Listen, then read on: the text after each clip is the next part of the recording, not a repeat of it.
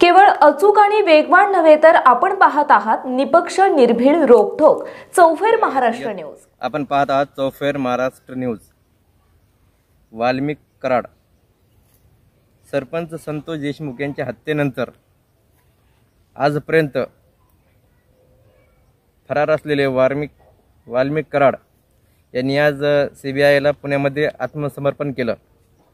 त्यांनी आत्मसमर्पण केल्यानंतर अंतरवली सराटी तालुका अंबड येथे मनोज जरांगे पाटील यांना भेटण्यास आलेले धनंजय देशमुख जे संतोष देशमुख यांचे बंधू आहेत यांनी वाल्मिक कराड यांच्या आत्मसमर्पणानंतर दिलेल्या प्रतिक्रिया चला पाहूया चौफेर महाराष्ट्र न्यूजवर। दादा मला काय सांगणार, आज वाल्मिक कराड यांनी पुण्यामध्ये शरणागती पत्करलेली आहे, काय बोले प्रतिक्रिया आपली? मुख्यमंत्री साहेबांचे खरंच त्यांना आव्हान करून सांगतोय की तुम्ही याच्यात सोडू नका कोणाला, कारण मराठा समाज तुमच्याकडे डोळे लावून बसलाय।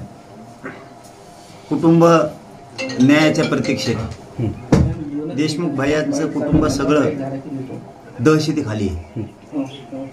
त्यांच्या घराला पूर्ण संरक्षण द्या, हो, कारण ते घाबरलेले दहशतीखाली, ते गुंड आहेत। त्यामुळे मुख्यमंत्री साहेब जर ऐकत असतील तर तातडीनं त्यांच्या घराला संरक्षण लावा, त्यांच्या प्रत्येक माणसाला संरक्षण द्या आणि आजीवन द्या, कारण प्रत्येक जण आज राज्यातला माणूस हळहळ करतोय। संतोष भैयाचा इतका क्रूर पद्धतीने खून करण्यात आलेला, त्यामुळे कोणाला सोडू नका। हे प्रतिक्रिया देतेच कस काय? आता कळालं आम्हाला तुमच्या माध्यमातून। प्रतिक्रिया आरोपी कस काय देतो? त्यासाठी तुम्ही काय ठरलंय का अंधारातून? तुम्ही काय अंधारातून ठरलंय का? काय षडयंत्र सापळा रचलाय का तुम्ही? ते जर माणसं मारत सुटलाय, गोरगरिबांचे लेकरं उन्हात पडायला लागले। आज त्या लेकराच्या, देशमुख भैयाच्या लेकराच्या डोक्यावर छत्र नाही राहिलं बापाचं, मग आज मायाचं छत्र धरायचं काम पालक म्हणून फडणवीस साहेबांचं, न्याय देण्याचं काम फडणवीस साहेबांचं आहे। तर आरोपी म्हणून तुम्हाला संबंध नाही? कस काय संबंध नाही? बाकीचे आरोपी कुठे आहेत आणखी? हे सगळे आरोपी धरा, हे सगळ्यांचे यांचे कॉल डिटेल चेक करा। ह्यो मारणाऱ्या लोकांशी बोललाय, मारणारे लोक याच्याशी बोललेत का? ह्यो कोणत्या मंत्र्यांशी बोललाय, सरकारशी बोललाय, कोणाशी बोललाय? आतापर्यंत 2-3 महिन्यापासूनचे आजपर्यंतचे सगळे डिटेल काढा त्यांची, आणि ज्यांनी पाठबळ दिले हे खून पचवायसाठी त्यांना सगळ्यांना मध्ये घ्या। याच्यात सगळे लोक भांडतायत।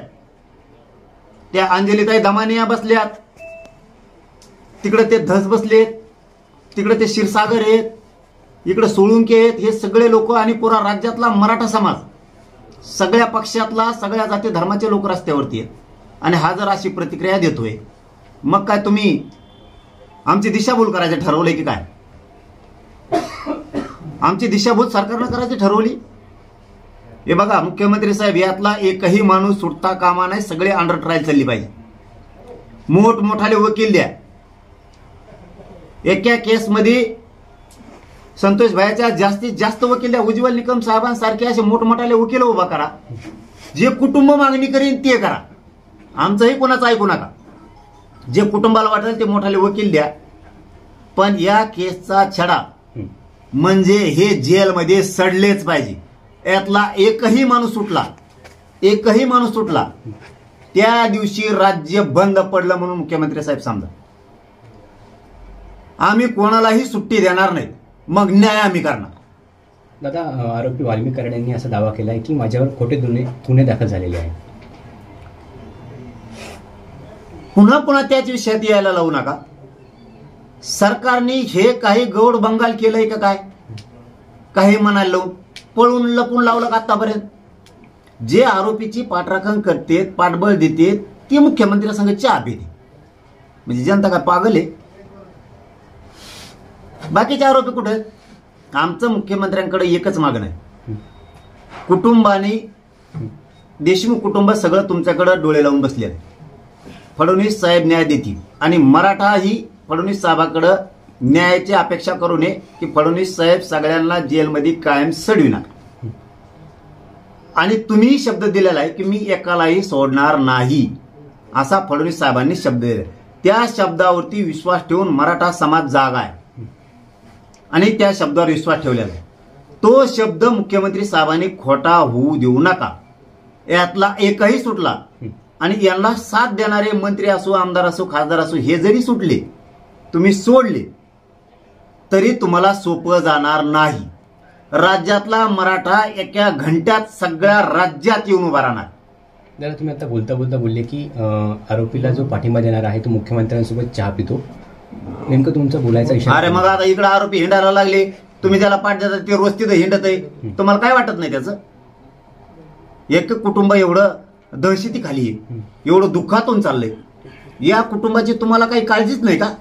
पालक हे मुख्यमंत्री आणि मुख्यमंत्र्यांची जबाबदारी, धरल्याला एकही आरोपी सुटता कामा नाही.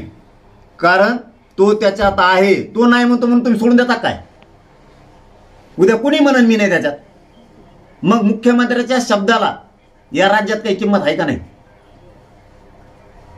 ज्यांनी खून घडून आणलाय, ज्यांनी खंडण्या घडून आणल्यात, ज्यांनी गुंडगिरी केली, काय बाळकाबाळक्या केल्यात जमिनी, याला पाठबळ कोणत्या मंत्र्याचं, कोणत्या आमदाराचं आहे, कोणत्या खासदाराचं आहे, हे बघण्याचं काम मुख्यमंत्र्याचं नाही का? का धरला की सोडा म्हणजे का हुकुमशाही आहे का इथं? आणि तुम्ही कसं सोडतात बघतो आम्ही मग. कारण ती स्टेटमेंट कशाच्या जीवावर करायला लागलाय. सरकारने काय पाठबळ दिलं काय रात्री? तू होय अटक, आम्ही तुला सोडून आणतो ना, असं असं बोल. सुट्टे नाही भाऊ, असं असं बोल आणि तसं तसं बोल. ते दिवस गेले तुमचे. तुमचे दिवस गेले आता. तुमचे दिवस गेले आता, बाद झाले. आम्ही मुख्यमंत्र्यावर विश्वास ठेवला. जाहीरपणाने मुख्यमंत्र्याला पुन्हा एकदा सांगतो, आम्ही सगळ्या मराठ्यांनी तुमच्या शब्दावरती आम्ही विश्वास ठेवलेला आहे की तुम्ही कोणाला सोडणार नाही, कोणाला सोडणार नाही. मंत्री असला तरी घेणार तुम्ही मधी, यांच्यावर मोकाबी लावणार सगळ्यांवरती. तुम्ही 302 120 ब मध्ये सुद्धा यांना घेणार आणि तुम्ही तसे मानलेले. त्या शब्दावर मराठा समाज आजपर्यंत शांत राहिलेला. जर याच्या दगा फटका मराठ्याशी झाला, राज्य बंद पडलं म्हणून मुख्यमंत्री साहेब समजा, ती वेळ तुमचं मुख्यमंत्री साहेब नाव खराब होण्याची वेळ तुम्ही येऊ देऊ नका. बीड जिल्ह्यातली सगळ्या गुंडगिरीचा, दादागिरीचा सफाया तुम्ही करा, ही तुम्हाला हात जोडून विनंती. एकही आरोपी सुटता कामा नाही. कुटुंब दहशतीखाली. दादा काय सांगा? कुटुंब दहशतीखाली. मुख्यमंत्र्यांना ते सांगणं की ते त्यांचा भावाचं क्रूर हत्या झाल्यामुळे ते दहशतीखाली. त्यामुळे त्यांच्या कुटुंबाला संरक्षण कायमचं करू अगोदर, कारण ते खूप दहशतीखाली आहेत आणि हे लोक गुंडगिरी करणार आहेत. त्यामुळं बीड जिल्ह्यात कुठंही काडीही वाजता कामा नाही. हे मात्र मुख्यमंत्र्यांनी त्यांनी दक्षता घेणं गरजेचं आहे. गृह मंत्रालयाने कुठंही कोणाला नख सुद्धा करता कामा नाही आणि त्या कुटुंबाला तातडीनं संरक्षण पुरवा. ते भीतीखाली आहे, दहशतीखाली आहे. त्यांचा माणूस गेलेला आहे आणि त्यांच्या न्यायाच्या प्रतीक्षेत येते. न्याय त्यांना लवकर मिळाला पाहिजे आणि आम्ही त्यांच्या सगळा समाज पाठीशी आहेत, खंबीरपणानं पाठीशी आहेत. संतोष भाईला न्याय मिळेपर्यंत आम्ही कोणी हटत नाही आणि हटणार सुद्धा नाही. तो शब्दही आम्ही त्यांनाही दिलेला आहे आणि समाजालाही सांगतो, खंबीर या कुटुंबाच्या उद्यापासून पुन्हा आपल्याला ताकदीनं उभा राहायचं. दादा मला काय सांग? एक मिनिट रोल आहे का? एक minute roll. Roll. Valmik Karad यांनी शरणागती पत्करलेली आहे, काय तुमची पहिली प्रतिक्रिया? प्रतिक्रिया देण्यापेक्षा मी मागणी जी करत होतो पहिल्यापासून, जी आहे मागणी माझी, आरोपीला अटक करून शिक्षा द्या, त्याचा एक हा भाग आहे. त्याच्यामुळं बाकीचे अजून आरोपी आहेत ते लवकरात लवकर पकडा, सह आरोपी शोधा, सगळे CDR काढून जे कोणी याच्यात दोषी आहेत ते सगळे मध्ये घ्या. आणि ज्याप्रमाणे मुख्यमंत्री साहेबांनी सभागृहात आश्वस्त केलं सगळ्यांना, समाजाला, महाराष्ट्राला आश्वासित केलं की ह्याच्यातून कोणीही सोडणार नाही, कोणी असू द्या, जे आरोपी आहेत त्यांना शिक्षा देणार. त्यावर आम्ही म्हणजे त्या गोष्टी आमच्या लक्षात आहेत, त्यावर ही कारवाई चालू आहे. पुढील कारवाई पण लवकरात लवकर करावी. दादा तुम्ही या कारवाईवर समाधानी आहात का? अजून बाकी सगळे ज्यावेळेस आरोपी येतील आणि कारवाईला सुरुवात होईल त्यावेळेस मग आपण प्रतिक्रिया देऊ त्याच्याबद्दल वेगळी. आरोपी बोला. आरोपी वाल्मिक कराड यांनी असा दावा केला आहे की माझ्यावर खोटे गुन्हे दाखल झालेले आहेत. ते कसं ठरवणार? ते न्यायदेवता ठरवणार ना, ते यंत्रणा ठरवणार ना. यंत्रणेच्या तपासातून ते निघाल ना की कोण आरोपी आहे, कोण म्हणजे आरोपी नाही. कराड यांच्या या वक्तव्यामागे सरकारचा काही हात असू असं तुम्हाला वाटतं? तर मी त्याच्या प्रतिक्रिया देण्यापेक्षा की हे सगळं निघणारच आहे ना. आता ज्यावेळेस ते मध्ये घेतले त्यांना ते सांगणारच आहेत ना. आणि यंत्रणा वधवल्याशिवाय कसं राहील? मी काही पण बोललो समजा आता तरी समजा जे खरं आहे ते सत्य आहे ना. ते सत्य समोर येईल, त्यासाठी थोडा वेळ जाईल. ते सत्य समोर येईल सगळ्यांच्या.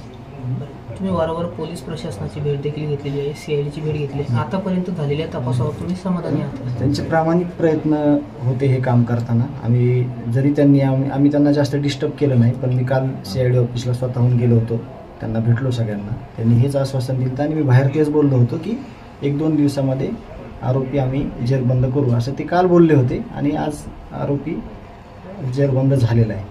तर वेळोवेळी आम्ही त्यांना भेटतो. म्हणजे जे त्यांचं प्रामाणिक काम आहे त्याला आपण म्हणलं पाहिजे की तुमचं योग्य काम आहे आणि ते त्यांनी काम केलं आहे. ग्रामीण भागातील ग्राउंड रिपोर्ट, महाराष्ट्रातील चालू घडामोडींची अचूक माहितीसाठी चौफेर महाराष्ट्र न्यूज चॅनलला सबस्क्राईब करा आणि शेअर करा.